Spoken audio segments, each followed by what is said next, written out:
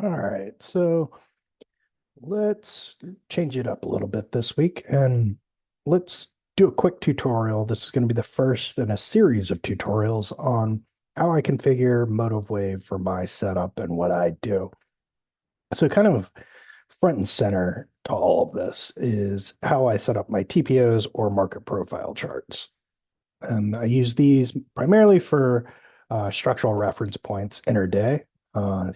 This isn't going to be a video on what market profile is and all that good stuff. This is going to be mostly focused around how to configure MotiveWave to get you to show TPOs up. All right, so let's just go ahead and dive in. I'm going to create this. This is what my usual workspace looks like with TPOs. These are unlinked, so drawings don't show up on other charts. You can see it's Sunday night, so Globex just opened. We are on the roll, so ESH is the contract front month. All right, good. Let's just go ahead and create. I'm going to just call this my delete TPO. I'm just going to use a single canvas here, but as you can see on MotiveWave, you've got a number of different options depending on how you want to configure your workspace. Just to keep this simple and everything visible, by having to maximize windows, I'm just going to keep this a single full page view. All right. So depending on your presettings, I have my presets configured to not show candlesticks. That's why we're looking at a blank screen. I'm going to go up here to, this is MotiveWave 7, by the way. So if you're using an earlier version like MotiveWave 6, the location of some of these icons may be in different places, but as of January or late December 2025, this is where things are in MotiveWave 7. So in MotiveWave 7, I'm going to go ahead and turn my candles on. We got this. We're on a 1 minute chart. Let's change that to 30 minutes because TPOs represent a 30-minute interval. I'm going to reset my chart scale. All right. So now we've got 30-minute candles. I'm going to go ahead and get rid of volume down here at the bottom. All right. And right now the chart is set to auto scale. I don't particularly like that. So I'm going to go ahead and right click on the canvas, go to chart settings, and let's go to scaling. Change that to just price scale. Go ahead and hit OK. That just enables me to just drag my canvas wherever I want. Right now, I do not have the extended session or Globex session turned on, which is how I use TPOs. With TPOs, I only use the RTH session. So I'm going to leave that configured. Next, we're going to go up to our studies. You can go to all studies and then go ahead and type in TPO, time price opportunity, select that. And now we've got a menu option. All right, general tab. This is where we're going to just kind of start with some basic parameters for how we want our TPOs to be configured. Tick interval, I usually leave this set to a single point. This is for people coming from other platforms, tick interval, same thing as tick resolution. Gives you a little bit more precision if you use single tick, but at the expense of loading more data and more render time, all that good stuff. I'm fine with just rounding it to the nearest tick or rounding it to the nearest point. We're going to leave sub interval at 30 minutes. And I go ahead and just show all TPOs for a number of TPOs, just so I can, if we see a big move up or down, I can go back and reference some historical profiles.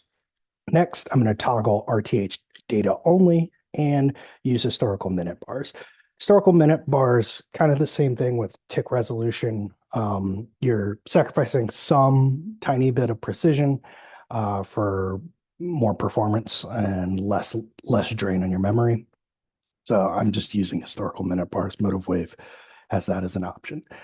All right, next, let's go to display.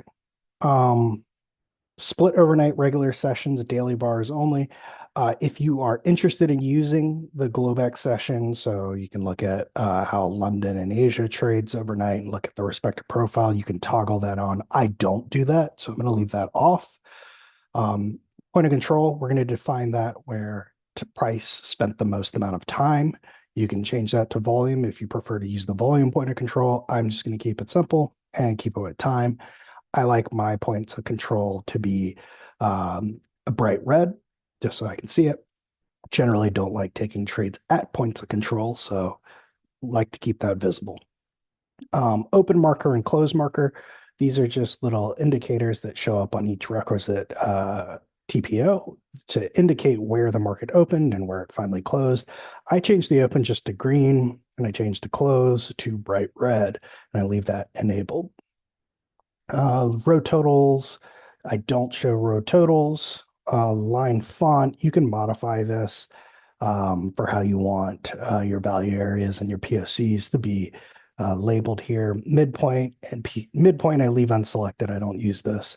POC line, I'm going to select this. This is a line extension off of the TPO. This is useful, particularly if you're looking at naked points of control.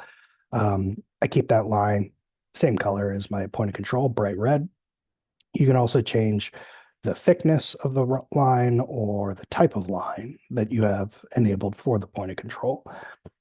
Naked point of control line, I'm going to select that because I am interested in naked points of control, basically points of control, historical points of control that haven't been tested.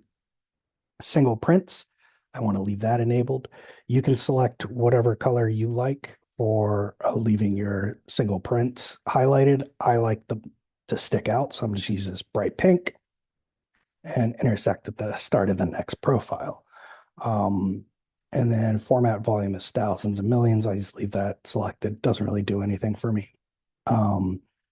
Intersect at start of new profile. Basically, it shows where a naked value area high, value area low, single print, or point of control will terminate. Once a new profile hits it, that line will no longer extend.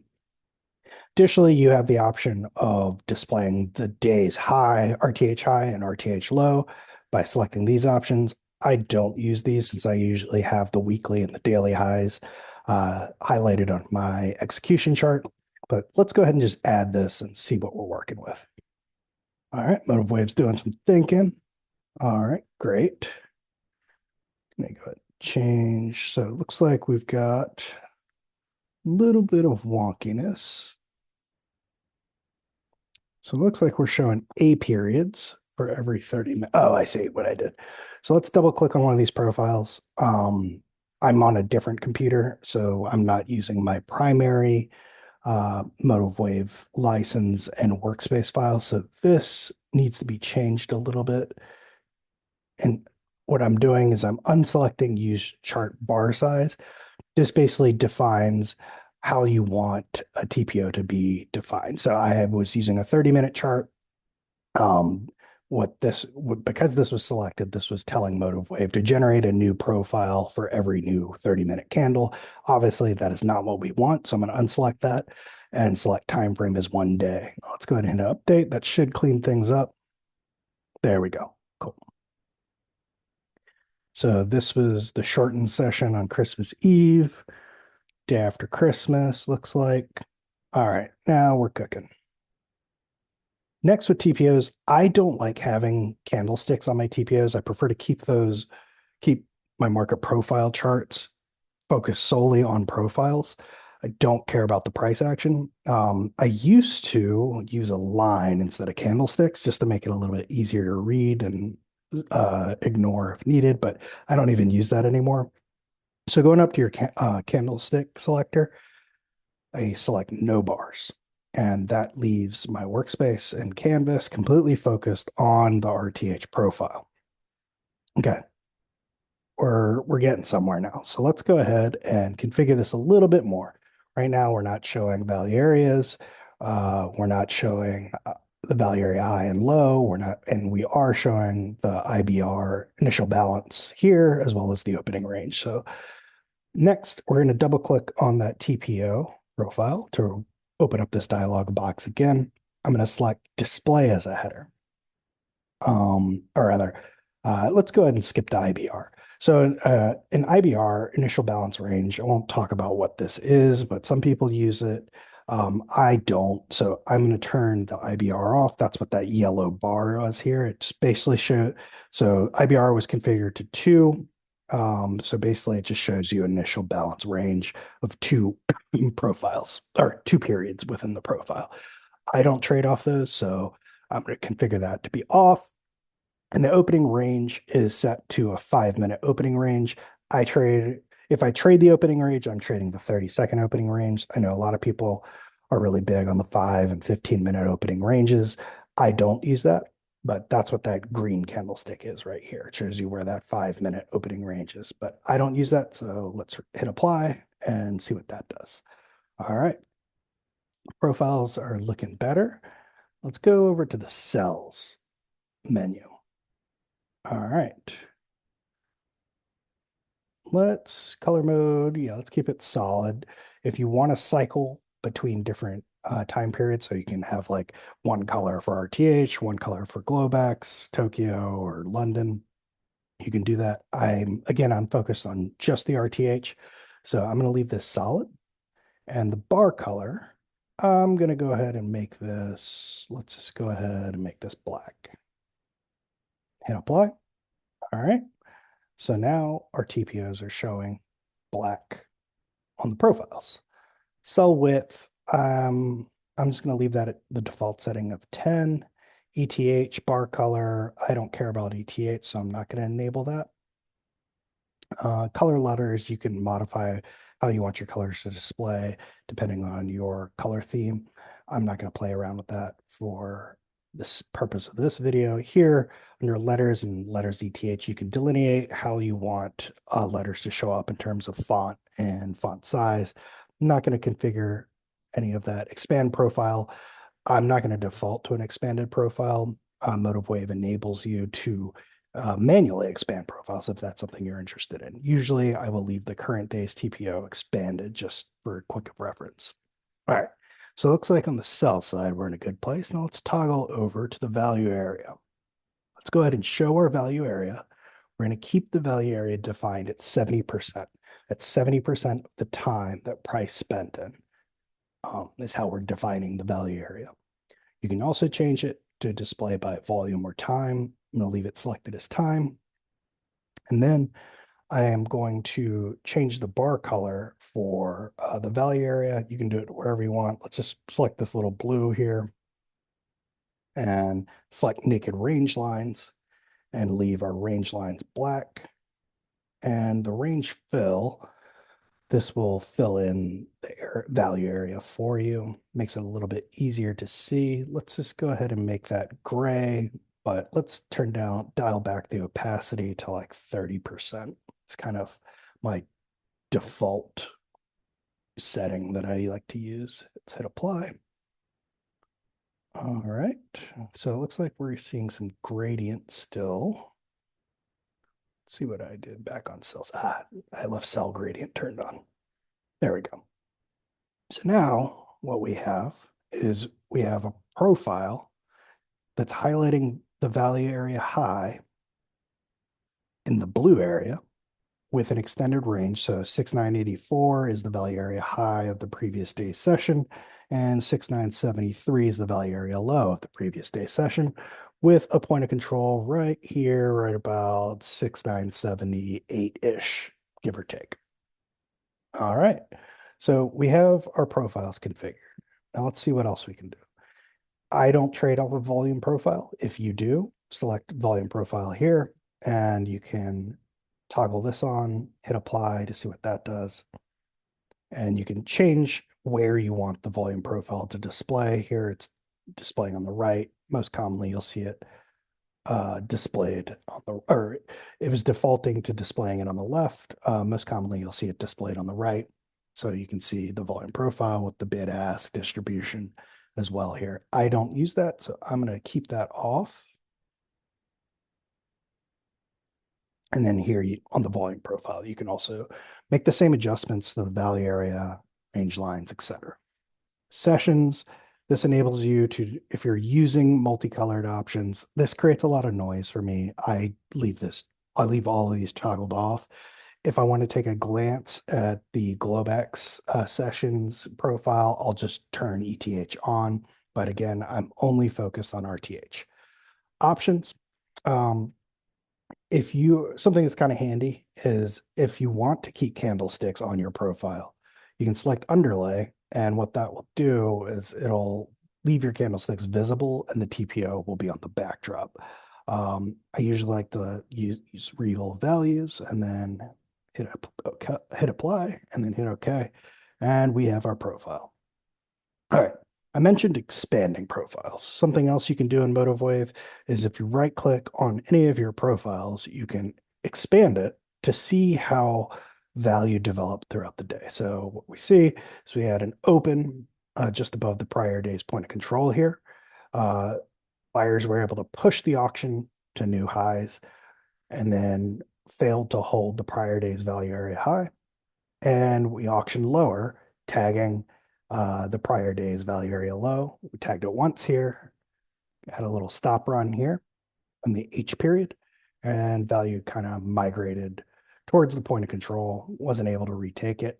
And you can kind of see how the auction is panning out throughout the day. And then right click, unselect, expand profile, and you can revert it back to your normal distribution. All right. Additionally, some folks like to split profiles, particularly when they see things like single prints or if there's a lot of excess, and keep profiles split in that way.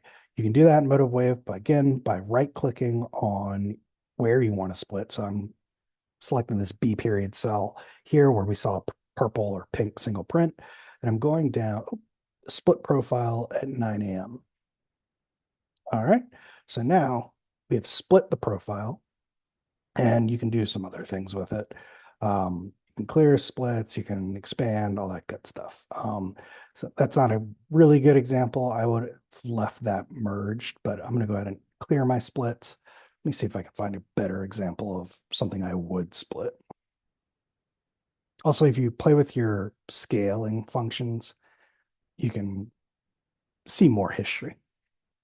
All right, so expanding splits, we covered that. Now let's do a overview of how you can create composite profiles. This is huge for what I do as an Agile student. So where you see areas of overlapping value, you can expand these into single profiles instead of keeping them separated. So here we've got value migrated out of this area. And then we saw an open back inside of value, tried to auction up, and buyers were able to hold outside of value. But the next day, as you can see, we opened lower beneath this value area and kind of just rotated throughout the session and ended back inside of value. So in situations like this, or areas like this profile right here that are heavily overlapping, you can merge profiles to create composite profiles. And these are really powerful reference points, particularly when they're recent. To do that, you just right click on the profile you want to merge, and MotiveWave gives you a couple different options. You can either merge with the previous profile or merge with the next profile. In this instance, I'm going to merge with the next. And now you see we pulled in that one profile that explored value higher. And now we have another overlapping profile. So I'm going to go ahead and merge that too by right clicking, go to merge next profile. We have more overlap. So what you can do here is now let's right click on this profile and merge with the previous profile. And there you go. Now we're building composites. And as you can see, this composite kind of for the next 2 days kind of acted as a pretty pivotal area for the auction. But yeah, this is a quick overview tutorial of how to set up market profile TPOs in MotiveWave. Hope this was helpful. If you want more stuff like this, let me know, and I'll do some more videos on how I set up MotiveWave for my trading environment. All right, y'all. See ya.